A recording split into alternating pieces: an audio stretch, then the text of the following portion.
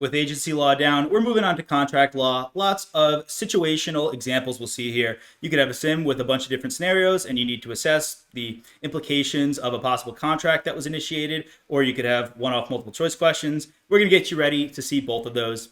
Let's dive right into our learning objectives and see what we have in store for today. First off, we're going to want to summarize the contract formation. Well, you can't really deal with contract law unless you form a contract, by understanding what a valid contract is, what kind of procedures we need to do in order to have agreement, consideration, the capacity, and the intention of the parties in order to create legal relations. Next, we want to identify the types of contracts. We'll see that there are many types, such as written, verbal, or express, or implied, depending on the circumstances. Again, we're going to see lots of scenarios. You're going to have to read a big old paragraph and look for those key words, key phrases that will alert you to what we're dealing with. We want to explain the importance of fulfilling performance obligations in specific scenarios. What happens if you don't fulfill your end of the bargain? We got a contract, whether it's you are a CPA doing an audit for someone, you're a CPA doing tax work for someone, there's a contractor working on a house. We will reference a lot of examples, such as CPAs doing work, because guess what? You're taking the CPA exam. A lot of what you see here will kind of be reminiscent of what we saw all the way back earlier in our common law duties between a tax practitioner and their client. Because guess what? That's a contract as well. And back in that lesson, I did allude to a lot of points that we'll see here.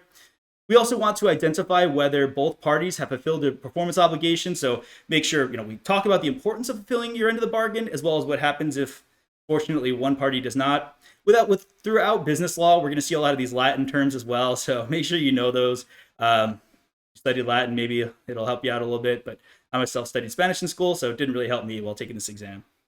We also want to explain the various ways that a contract can be discharged, such as through performance, which is the normal way. You just perform your end of the bargain, the contract's done. But we also have agreement or operation of law.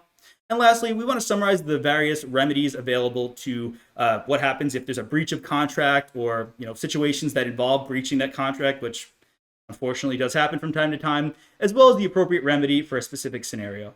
There'll be a lot of questions, basically who's at fault, what remedies can be applied, and all of the like. With that being said, let's dive right in and see what we got. Hey there! Are you ready to not only pass your CPA exams, but truly understand and enjoy the material while studying? I know it seems impossible, right? Especially to enjoy the material? We'll do it together. Tap into the power of cpa.examprep.ai, where we've got personalized quizzes, multiple choice questions, memorization guides, flashcards, simulations, all tailored to your learning. Our adaptive study planning puts you on the fastest path to success and lifts you back up if you fall behind.